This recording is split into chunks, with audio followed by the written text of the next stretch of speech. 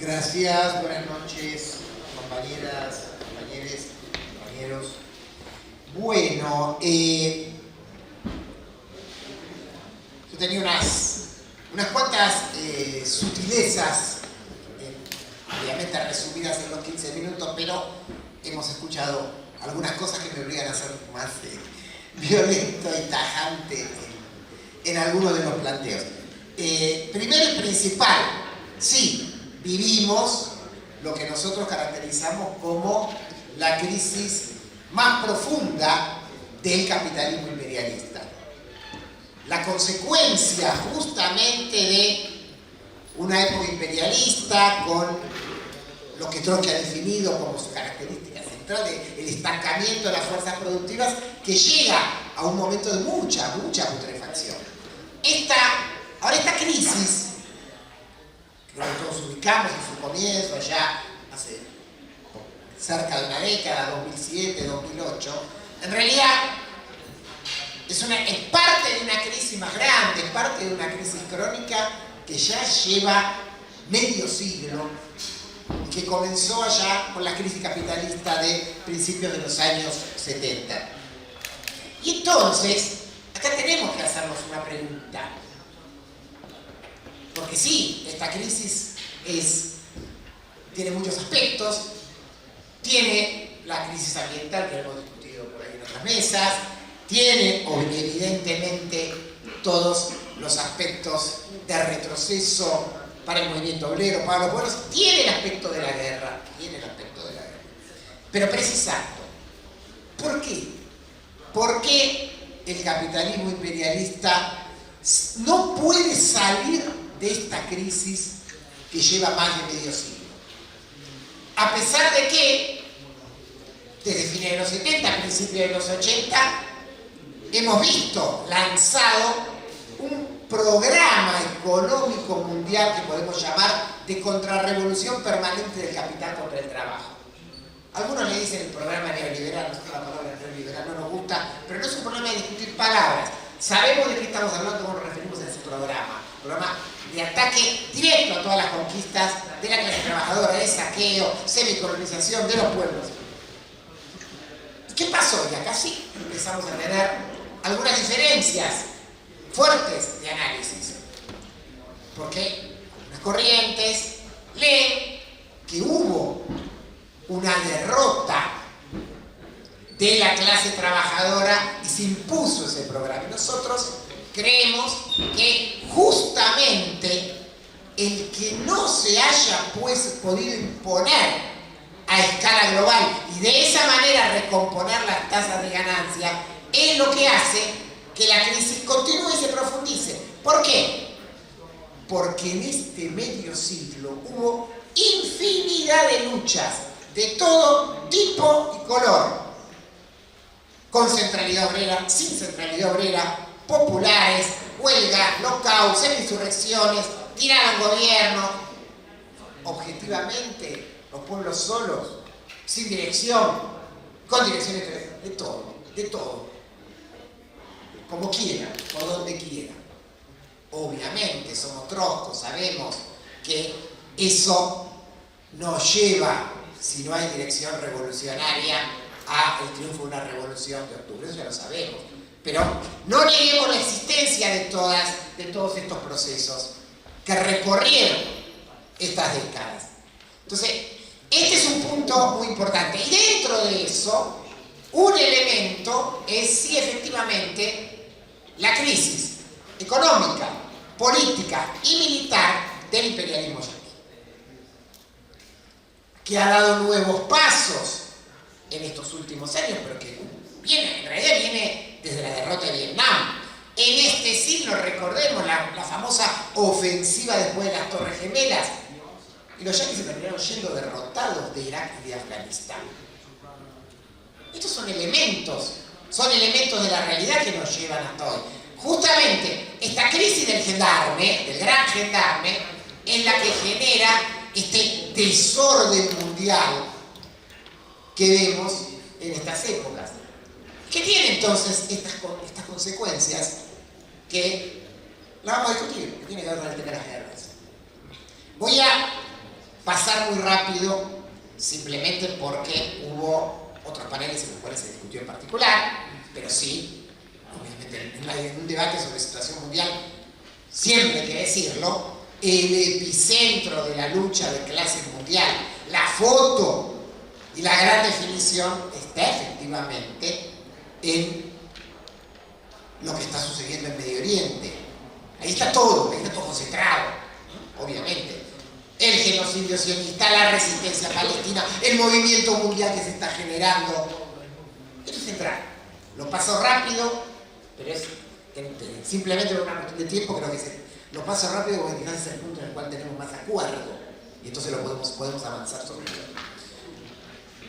Nos llamó la atención, la verdad, nosotros, el lugar que ha tomado en estas jornadas el tema de la guerra de Ucrania. Quiero detenerme sobre esto, porque no podemos mezclar, unir, subordinar lo particular y lo general todo junto. Y la verdad, algunos análisis que escuchamos acá nos parecen más que marxistas, nos parecen aristotélicos, ¿no? La famosa discusión A igual a A, y a ver cómo las cosas se mueven históricamente. Yo me sorprendo porque me enteré acá que hay una tercera guerra mundial en curso. La verdad. Entiendo de otra manera eso. Por supuesto, todos hemos leído a Trotsky, todos sabemos que la guerra civil española fue el prolegómeno de la Segunda Guerra Mundial y si hubiera tenido otro desencadenamiento, a lo mejor la Segunda Guerra, pero no fue la Segunda Guerra Mundial, fue el prolegómeno. Entonces, acá tenemos que tener algo muy claro, porque aparece el conflicto de Ucrania y de repente nos olvidamos de las enseñanzas más básicas del marxismo. Un pueblo oprimido es atacado militarmente por una potencia opresora. ¿Qué posición tenemos los marxistas? Defendemos al pueblo oprimido, a la semicolonia, al atacado. Básico, independientemente de la dirección. Eso no quiere decir que no apoyemos, que apoyemos a la dirección. Somos independientes de la dirección. Hacemos historia. Japón contra China, allá en la década del 30, Malvinas. ¿Qué lista tenemos que hacer? La guerra civil española. Se denunciaba a las potencias imperialistas llamadas democráticas porque no le entregaba armas a la República, justamente. Esa era la denuncia. Y ahora resulta que, frente al conflicto de Ucrania, disolvemos lo particular en lo general. Disolvemos lo particular en lo general. Obviamente, si un conflicto puede mutar. Puede mutar. Si mañana efectivamente se transforma en una guerra mundial abierta entre las potencias de la OTAN y Rusia, será otra discusión. Y también los marxistas sabemos cambiar. A ver, desde Marx y Engels en la guerra franco-prusiana podemos discutir esto, de cómo se pueden cambiar las posiciones cuando cambia un conflicto.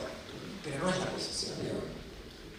Y el hecho de llámese Timir o a veces las posiciones pro Putin o el absolutizar la posición de la OTAN, nosotros creemos que es grave, porque no es la primera vez que pasa y porque la izquierda mundial, y una parte importante de la izquierda trotskista, no hace muchos años, hace menos de una década, por tener la misma posición, hizo silencio frente al genocidio que Bashar al-Assad hizo sobre el pueblo sirio, diciendo exactamente lo mismo, silencio. O sea, honrosas excepciones, muy chiquitas, denunciaron lo que estaba pasando en Siria.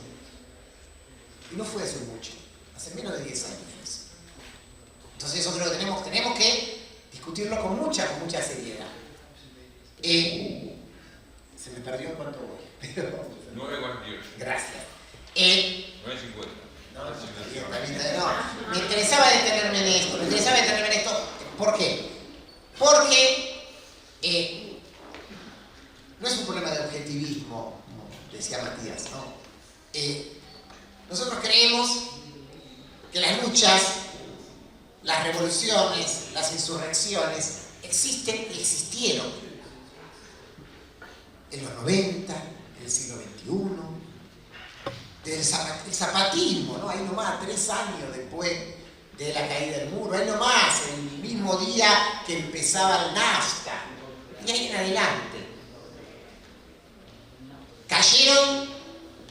Se debilitaron y cayeron direcciones traidoras históricas, el estalinismo, la socialdemocracia se debilitó más, surgieron nuevas que duraron mucho menos. Hacemos una lista, el zapatismo, la lista que sigue. Ahora, los pueblos, las clases trabajadoras, no esperan, no lo necesitan. Para hacer todo esto, no lo necesitan nosotros, lo hacen solos. Las insurrecciones las hacen. El problema no es un problema exclusivamente de subjetividad de la conciencia. No, es un problema, y esto es trotskismo puro, la crisis de dirección es la existencia de direcciones traidoras. No había problemas de subjetividad de la conciencia en el pueblo griego cuando votó claramente no, en aquel plebiscito del año 2015, no a el ajuste de la Unión Europea, el FMI. No votó que sí, votó que no, masivamente. Y al otro día Tsipras lo traicionó.